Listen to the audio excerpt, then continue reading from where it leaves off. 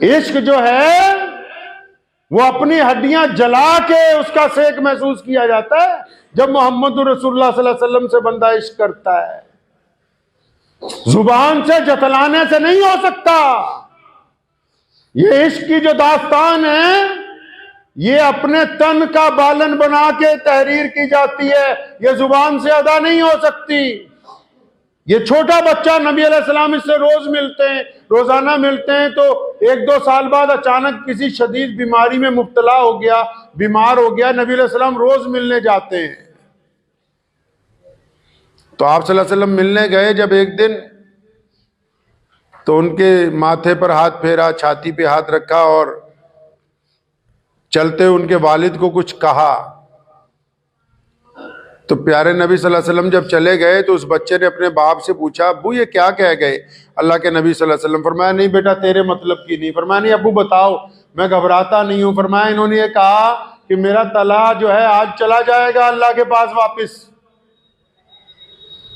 मगरिब के आसपास ये चला जाएगा, जब इसका इंतकाल हो जाए मुझे खबर करना, मैं खुद आऊंगा इसकी नमाज जनाजा पढ़ाने के लिए।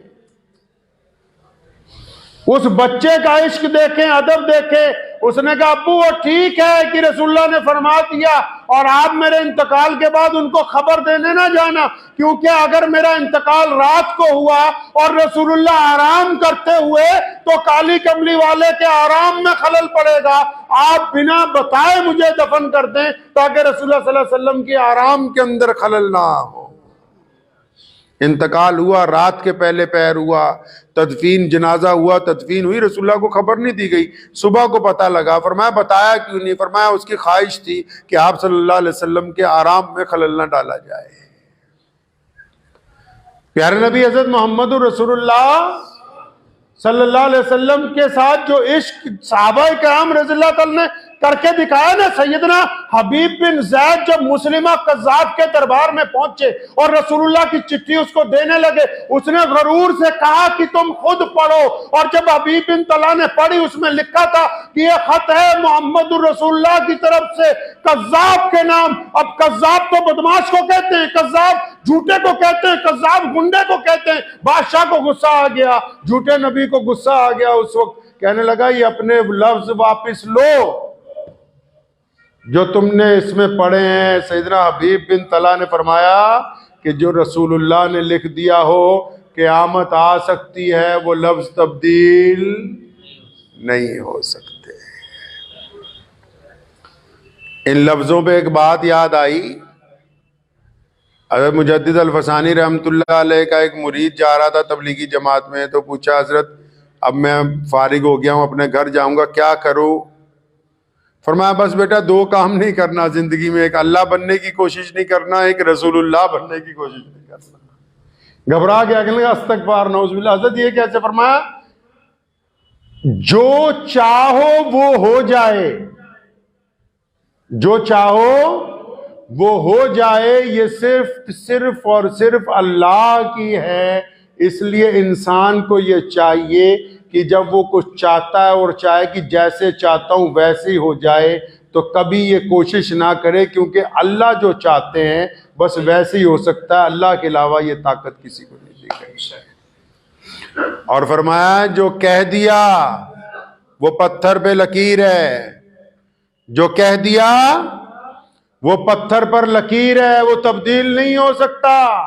जो कह दिया वो हक है, जो कह दिया वो सच है, जो कह दिया वो कुरान की आयतों की तरह मुकद्दस है, जो कह दिया वो क़यामत तक के लिए आखिरी फैसला है।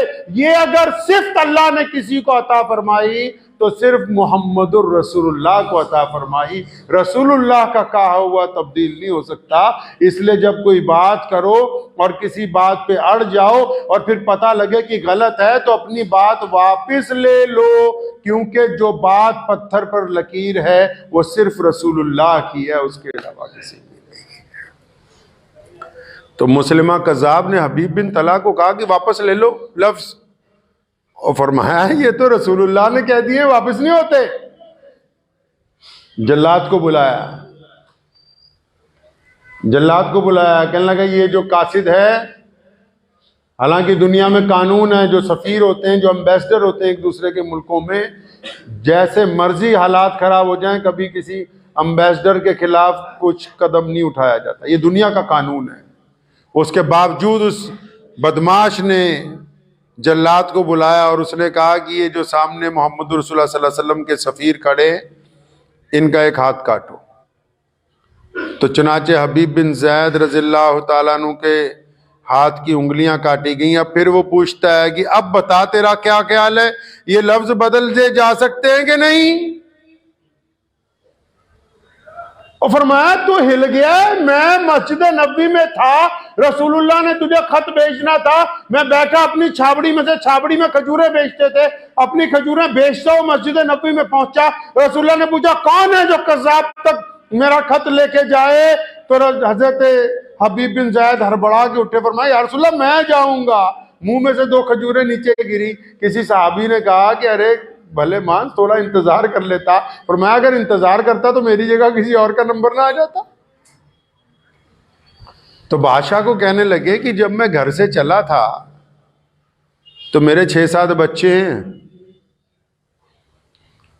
और उनमें से 1-2 तो ऐसे जो अभी जमीन पर रिड़ते हैं, चल नहीं सकते।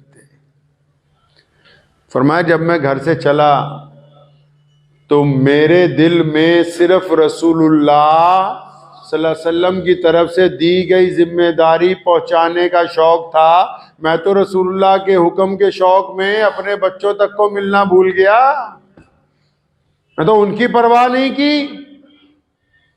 तू मुझे अपने आप से डरा रहा है। उसने जल्लाद को कहा कि दूसरा हाथ भी काट दो, तो जल्लाद ने दूसरा हाथ भी काट दिया।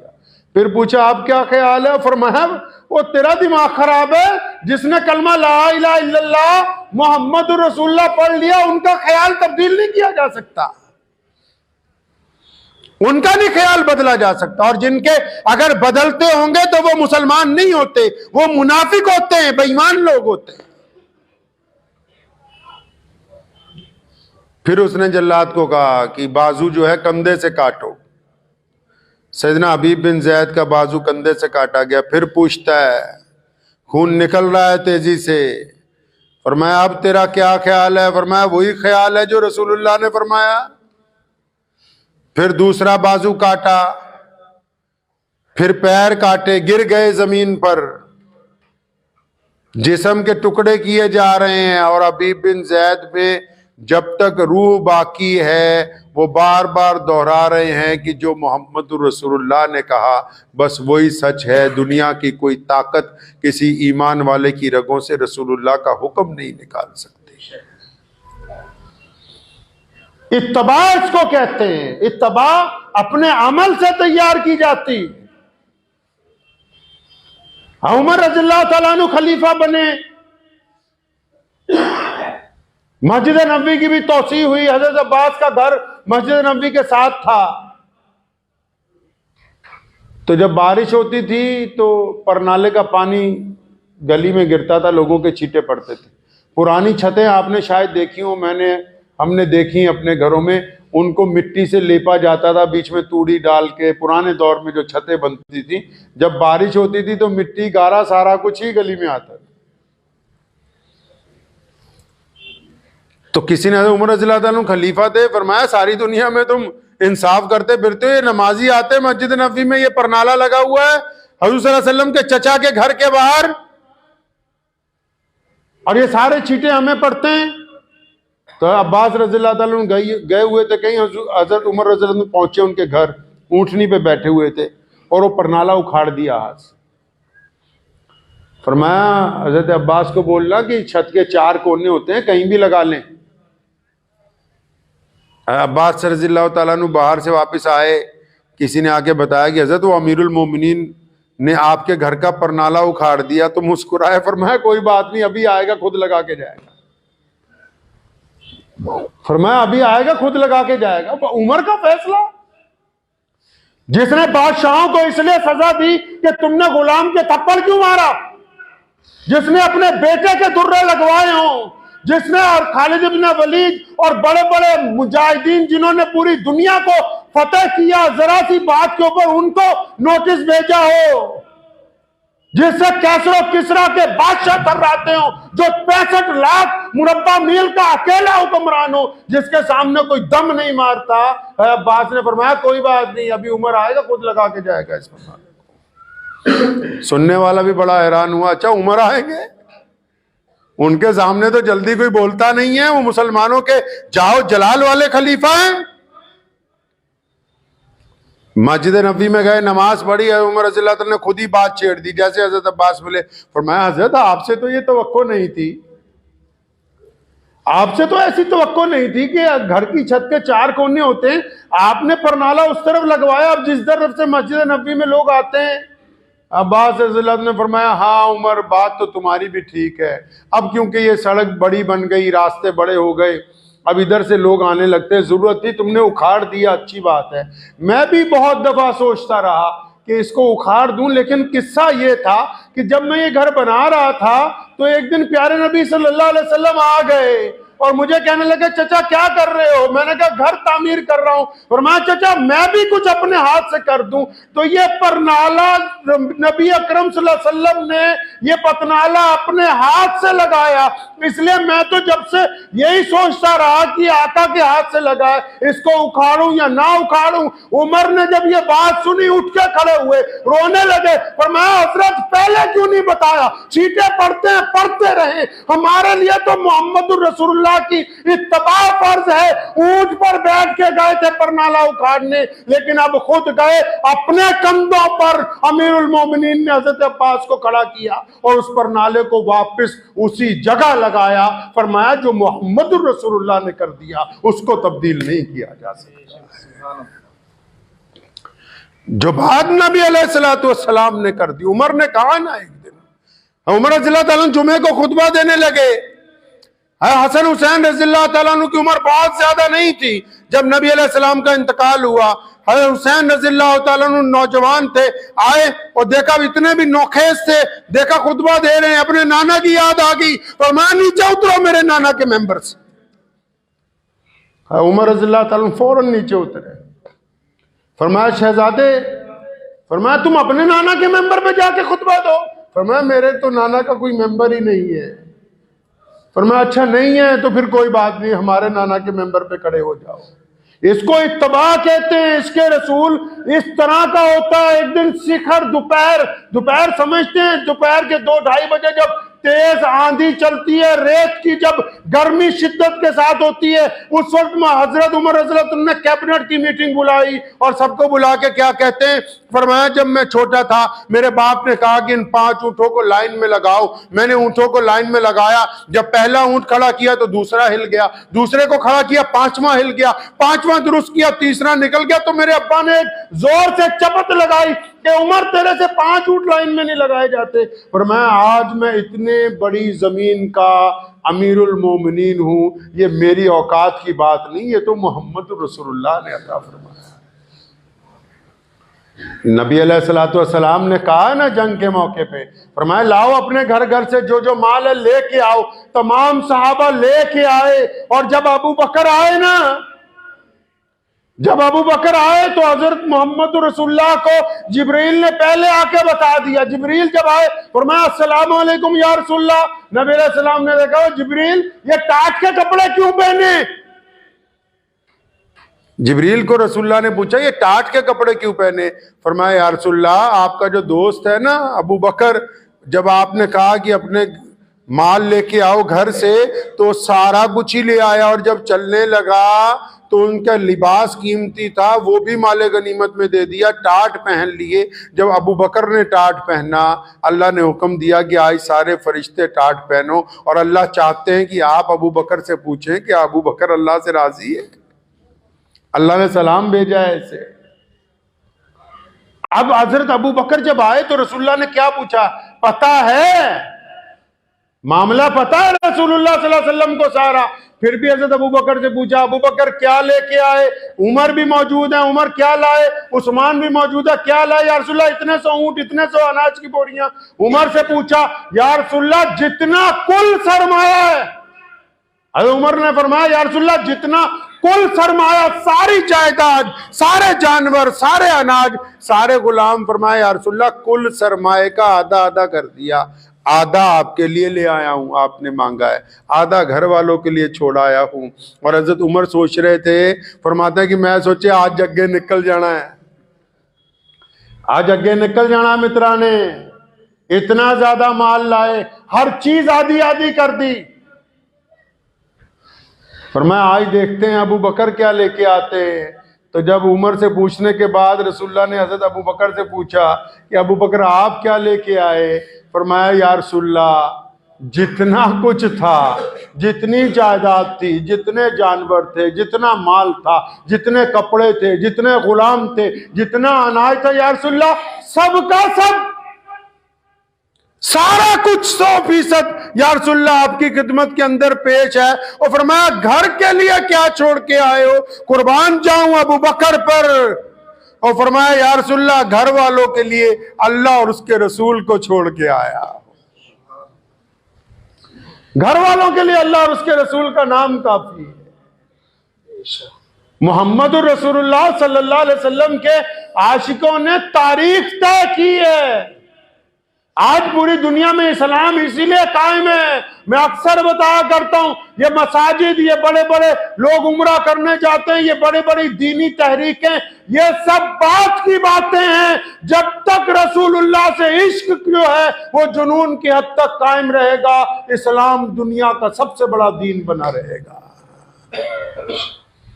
क्योंकि इश्क ही तो है जिसने हमें कलमा ला इलाहा इल्लल्लाह मुहम्मदुर रसूलुल्लाह। कई लोग, कई गैर मुस्लिम दोस्त भी कई बार ताना मार देते हैं कि तुम कौन सा पैदाइशी मुसलमान हो। मान भी लेते हैं इस बात को। हमारे पास तो सरमाया नहीं था, हमारे पास तो इज्जत नहीं थी। दुनिया की तारीख उठाओ ना जी, 1000 साल 2000 साल पीछे जाओ, आओ मक्के की धरती पे जाओ।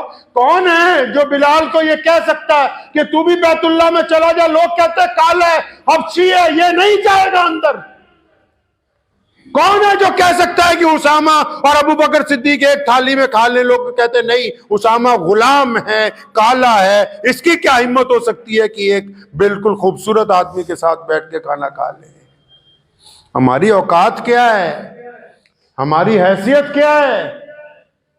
पूरी दुनिया में अल्लाह तबारक व तआला ने जो मुसलमानों को इज्जत अता फरमाई, हमारे पल्ले क्या था? मोहम्मद रसूलुल्लाह से पहले कुछ भी नहीं। दुनिया ने हमें इंसान मानने से इनकार किया। हमारे पास तो जो इज्जतें हैं, हमारे पास जो मोहब्बतें हैं, हमारे पास दुनिया को देने के लिए जो प्यार है, हमारे पास जो लोगों को बराबरी का पैगाम है, हम जो गरीबों की मदद के लिए खड़े, हम जो जालिम के सामने पूरी कुव्वत के साथ खड़े होते, हम जो एक दूसरे के साथ कंधे से कंधा मिला के चलते, हम जो हर एक दर्दमंद के साथ उसका दर्द बांटते हैं, हम जो इकट्ठे होकर अल्लाह के आगे सर्वसुजूद होते हैं, ये सब मोहम्मद रसूलुल्लाह सल्लल्लाहु अलैहि वसल्लम का सदका है, उसके अलावा कुछ नहीं है। पूरे कुरान का मफहूम ये है कि रसूलुल्लाह से इश्क करो। पूरे दीन का मफहूम ये है कि रसूलुल्लाह से इश्क करो। कुल इन कुंतुम तुहिब्बूनल्लाह, फरमाया तुम कहते हो कि हम अल्लाह का कहना मानेंगे, तो चलो फिर रसूलुल्लाह का कहना मानो। तुम कहते हो अल्लाह से मोहब्बत है, चलो रसूलुल्लाह से मोहब्बत करो। जब तक रसूलुल्लाह से वफादारी नहीं हो सकती, तब तक कोई इश्क कामिल हो ही नहीं सकता। और रसूलुल्लाह सल्लल्लाहु अलैहि वसल्लम ने फरमाया, बुखारी की हदीस है, फरमाया तुम्हें ऐसी बात ना समझा दूं कि जिंदगी का जायका आ जाए, मजा आ जाए जिंदगी में। साहबा ने कहा या रसूलुल्लाह बताएं। फरमाया बस फिर जिससे भी मोहब्बत करो अल्लाह और उसके रसूल के लिए करो।